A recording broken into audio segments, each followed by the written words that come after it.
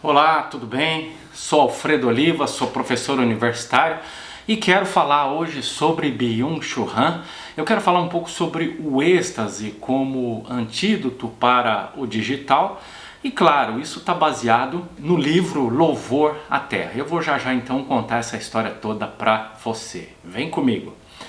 Então vamos lá, Byung-Chul Han é um filósofo asiático, nascido na Coreia do Sul em 1959 e que vive na Alemanha desde os 22 anos de idade. É um ensaísta sobre o mundo contemporâneo. O livro, no qual eu destaco um dos capítulos hoje, chama-se Louvor à Terra, uma viagem ao jardim. É um livro publicado em 2018 na Alemanha e publicado aqui no Brasil, traduzido e publicado no Brasil em 2021. Tá? Eu vou falar um pouco então sobre o capítulo Lírios da Folha do Coração.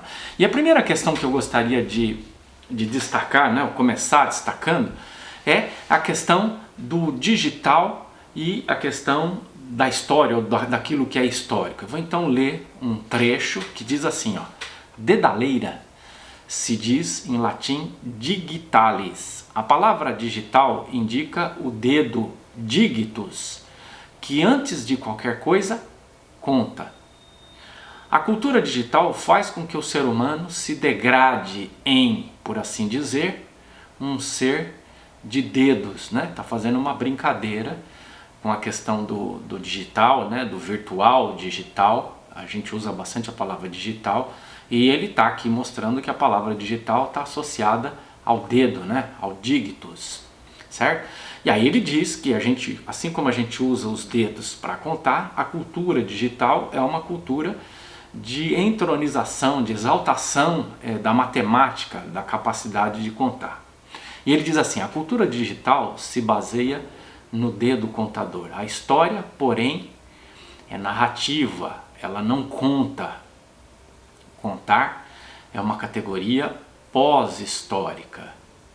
Nem tweets, nem informações se reúnem em uma narrativa. Então aqui tem uma ideia bastante legal, bastante interessante, Ele está dizendo, olha, o mundo digital é um mundo, vamos dizer assim, matemático, Quando ele fala em contar, ele está falando em contar, em fazer contas, como se faz com a matemática, certo? E ele está dizendo, a história, eu entendo aqui, eu interpreto isso como ele se referindo à historiografia, quer dizer, o trabalho de narrar aquilo que aconteceu no passado, não envolve contar. Não envolve contar no sentido de matemático, Envolve narrar, que às vezes a gente usa a palavra contar no sentido de narrar algo, mas não é contar nesse sentido. A história é uma narrativa. Aparentemente aqui ele está fazendo uma alusão à obra de Walter Benjamin, que tem um ensaio muito conhecido chamado O Narrador ou O Contador de Histórias, e que ele fala que uma das tarefas, vamos dizer assim, da historiografia é criar uma narrativa, e que essa narrativa ela está baseada na experiência, por exemplo, que existia na virada do século XIX para o século XX, quando pessoas mais velhas, mais experientes, sentavam no final do dia para contar, para narrar suas experiências, aquilo que eles tinham vivido para os mais jovens. E com isso eles tinham aí um arsenal de experiências para poder transmitir, vamos assim dizer, por intermédio desse ato narrativo. E esse texto do Walter Benjamin tem sido um texto bastante importante, inclusive para nós, historiadores e historiadoras profissionais, que nos envolvemos com essa tarefa de narrar. Quer dizer, um historiador fundamentalmente narra aquilo que aconteceu no passado. Claro, de uma forma muitas vezes diferente daquilo que as pessoas espontaneamente fazem. Então ele está aqui mostrando pra gente que o digital é diferente da história, do passado, daquilo que é narrado. Vamos lembrar que o trabalho do historiador não é um trabalho meramente, vamos dizer assim, não é uma crônica, não é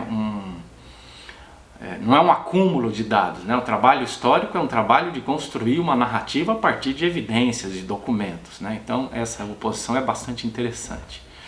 Depois ele vai falar sobre o digital se opondo à amizade. Então vamos a mais um trecho. O ser humano digital usa os dedos no sentido de que ele constantemente conta e calcula. O digital absolutiza o número e o contar. Contar sempre no sentido de fazer contas, né? A amizade, porém, é uma narrativa. A era digital totaliza o adjetivo, o contar e o contável. Até mesmo inclinações são contadas sob a forma de likes, né? Então, bom, quem está acostumado com as redes sociais entende bem o que está sendo dito aqui, né?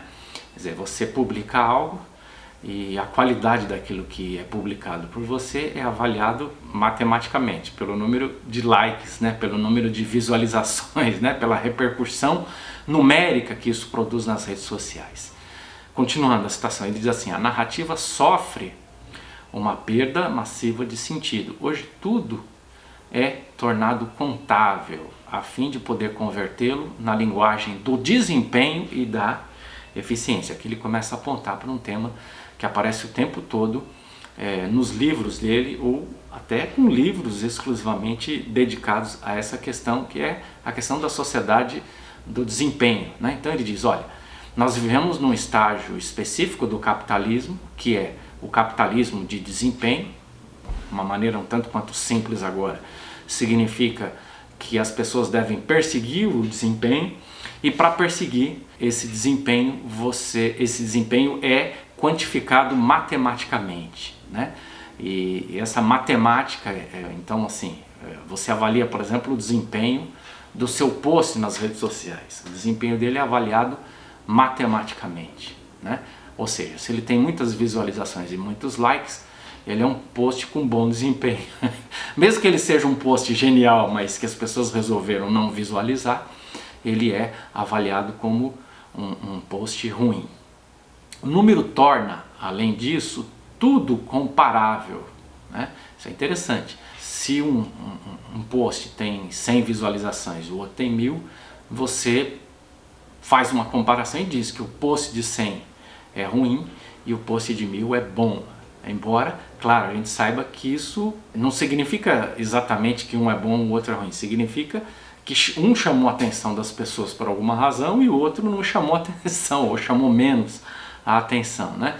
Vamos lembrar que tem muita coisa ruim que faz sucesso e muita coisa boa que não faz sucesso, né? Apenas desempenho e eficiência são contáveis. Assim, tudo que não é contável deixa de ser. Ser, porém, é um narrar e não um contar.